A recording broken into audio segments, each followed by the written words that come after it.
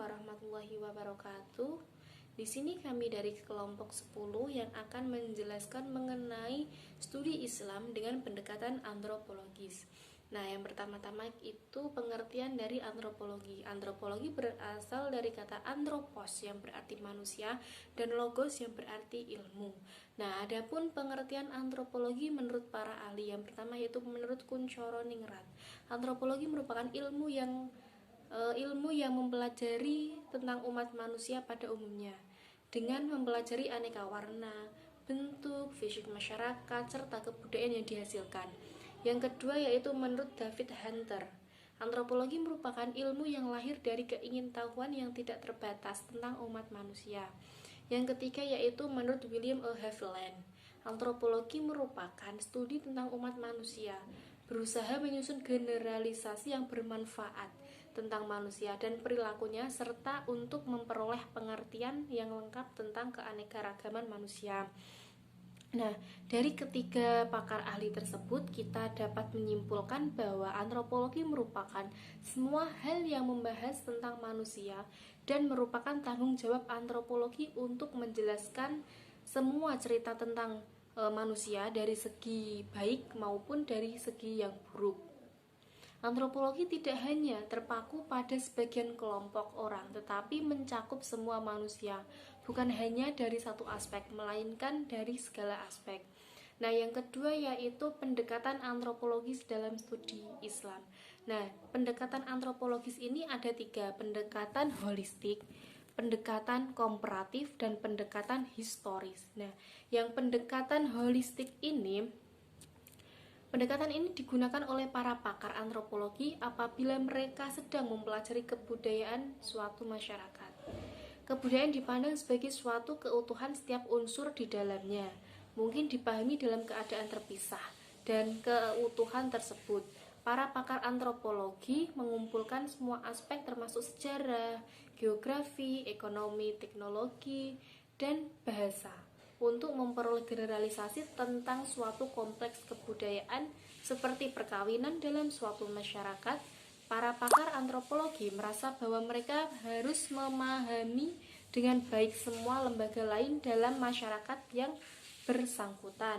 Nah, yang kedua yaitu pendekatan komparatif. Nah, pendekatan komparatif juga merupakan pendekatan yang unik dalam antropologi untuk mempelajari kebudayaan masyarakat yang belum mengenal baca tulis.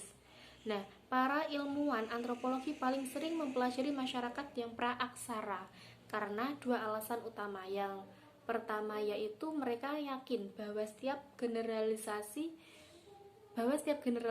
dan teori harus diuji pada populasi-populasi di sebanyak mungkin daerah kebudayaan.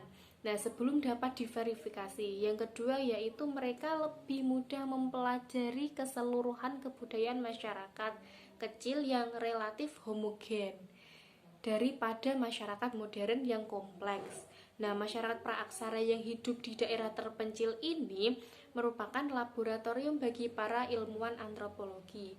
Yang ketiga yaitu pendekatan historis. Nah, hal yang paling penting yaitu asal-usul kebudayaan.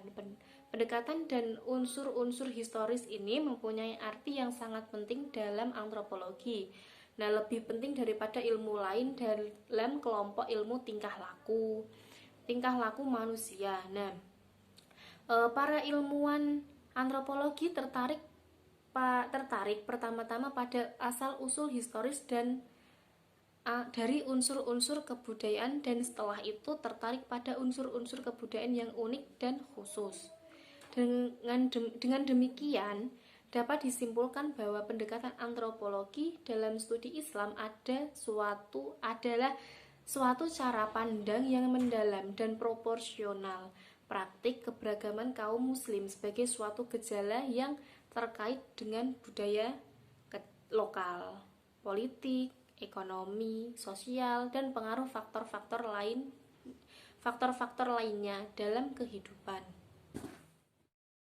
Assalamualaikum warahmatullahi wabarakatuh.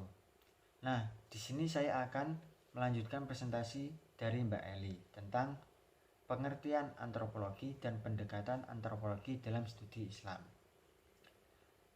subjek selanjutnya yaitu objek kajian dalam pendekatan antropologi. Nah, dalam objek kajian dalam pendekatan antropologi sendiri ada beberapa varian dari para ahli yang berbeda-beda. Salah satunya yaitu Abdul Somad dan Muhammad Amin Abdullah dan kawan-kawan mengemukakan bahwa secara umum objek kajian antropologi dapat dibagi menjadi dua bidang. Nah, yang satu yaitu antropologi fisik yang mengkaji tentang makhluk atau manusia sebagai organisme biologis dan antropologi. Dan yang kedua itu antropologi budaya dengan 3 cabangnya. Yang pertama arkeologi, kedua linguistik, dan yang ketiga etnografi. Meski antropologi fisik menyibukkan diri dalam usahanya melacak asal-usul nenek moyang manusia serta memusatkan studi terhadap variasi umat manusia, tetapi pekerjaan para ahli di bidang ini sesungguhnya menyediakan kerangka yang diperlukan oleh antropologi budaya, sebab tidak ada kebudayaan tanpa manusia. Sedangkan menurut para ahli yang lain seperti Atto Mudar, ada 5 fenomena agama yang dapat dikaji melalui antropologi menurutnya, yaitu yang pertama scripture atau naskah atau sumber ajaran dan simbol agama. Yang kedua para penganut atau pemimpin atau pemuka agama, yakni tentang sikap, perilaku, dan penghayatan para penganutnya. Yang ketiga situs, lembaga, dan ibadah seperti tempat sholat, haji, puasa, perkawinan, dan waris. Kemudian yang keempat, objek yang dapat dikaji dalam pendekatan antropologi. Yang keempat yaitu alat-alat seperti masjid, gereja, lonceng, peci, dan lain-lain. Yang kelima, organisasi keagamaan atau tempat para penganut agama berkumpul dan berperan seperti NU, Muhammadiyah, dan lain-lain. Karena kelima objek tersebut memiliki unsur budaya dan hasil pikiran dan kreasi manusia.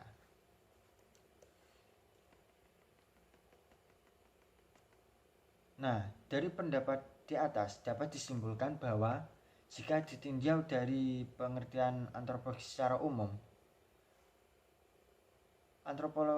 objek kajian dalam antropologi itu mencakup 2 hal, yaitu 1. Keanekaragaman bentuk fisik manusia, dan yang kedua keanekaragaman budaya sebagai hasil dari cipta, karsa, dan ras manusia. Sedangkan secara khusus pengkajian antropologi dalam studi Islam dibagi menjadi 5 objek kajian antropologi, yaitu yang pertama hampir sama seperti tadi. Yang pertama yaitu scripture atau naskah atau sumber ajaran dan simbol agama. Pada bagian ini antropologi mengkaji bagaimana cara pandang penganut agama terhadap Al-Quran dan hadis sebagai naskah ajaran agama Islam yang dianutnya. Terus yang kedua, para penganut atau pemimpin, yakni sikapnya, perilaku, dan penghayatan terhadap ajaran agama yang dianutnya, serta pengaruh sosial, budaya, ekonomi, politik, pendidikan, dan lain-lain. Bahkan sampai pada pengaruh faktor geografis dalam pengalaman ajaran yang dianutnya. Yang ketiga, situs, lembaga, dan ibadah seperti sholat, haji, puasa, dan lain-lain. Dalam beragama, ibadah-ibadah ritual merupakan suatu hal yang sakral, terjaga, terpelihara, dan tidak boleh ditinggalkan. Namun hal tersebut tidak terlepas dari pengaruh budaya dan aspek kehidupan manusia lainnya. Dan hal tersebut menyatukan berlangsung dalam kehidupan manusia. Yang keempat, alat-alat seperti masjid, peci, dan lain-lain merupakan simbol atau lambang dalam kehidupan keberagaman dan hal ini pun tidak terlepas dari pengaruh berbagai aspek kehidupan manusia di mana ia berada. Tetap bergantung pada budaya ya. Terus yang kelima, Organisasi keagamaan tempat para penganut agama berkumpul dan berperan seperti NU, Muhammadiyah, Kristen dan lain-lain. Nah, organisasi sebagai wadah berhimpunnya para penganut, tokoh atau pemuka agama yang terkotak-kotak sesuai dengan isme-isme yang mereka yakini lah. Nah, yang bahkan menjadi suatu kekuatan dalam kehidupan keberagamaan dan masyarakat mereka. Selanjutnya, pengaruh antara pendekatan antropologi dalam studi Islam terhadap pembaharuan dalam Islam. Sebagaimana yang telah kita ketahui bahwa pendekatan antropologi dalam studi Islam adalah salah satu upaya memahami agama dengan cara melihat wujud praktek keagamaan yang tumbuh dan berkembang dalam masyarakat dahulu maupun sampai sekarang. Antropologi sebagai sebuah ilmu yang mempelajari manusia menjadi sangat penting untuk memahami sebuah agama. Menurut Abdurrahman As-Segaf, bahwa gagasan dan ide modernisasi Islam muncul supaya interpretasi kaum muslim terhadap sumber-sumber ajaran Islam dalam rangka menghadapi berbagai perubahan sosial kultural yang terjadi dalam setiap waktu dan tempat masing-masing. Ingat ya, kita tidak boleh melupakan sejarah. Dari beberapa definisi di atas dapat disimpulkan bahwa modernisasi atau pembaharuan dalam Islam adalah sebuah bentuk implementasi dari ajaran Islam secara kontekstual atas dasar interpretasi atau penafsiran dari para ahli dan para sejarawan. Dan hal tersebut merupakan respon jawaban kaum muslim atas segala persoalan yang dihadapi di zamannya, serta mereka harus menyambutnya dengan arif dan bijaksana. Tidak boleh asal-asalan ya. Nah, sekian dari presentasi kelompok kami.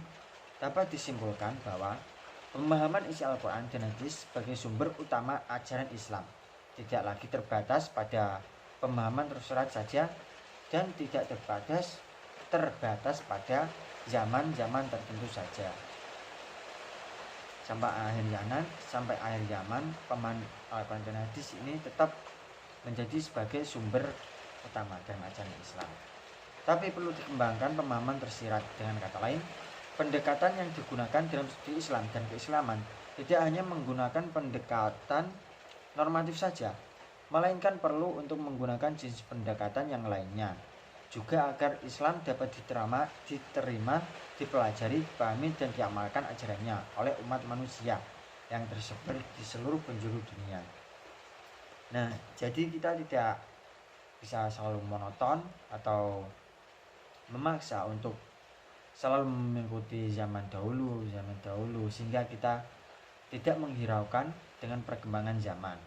Itu tidak boleh. Maka Islam itu akan disepelekan ya.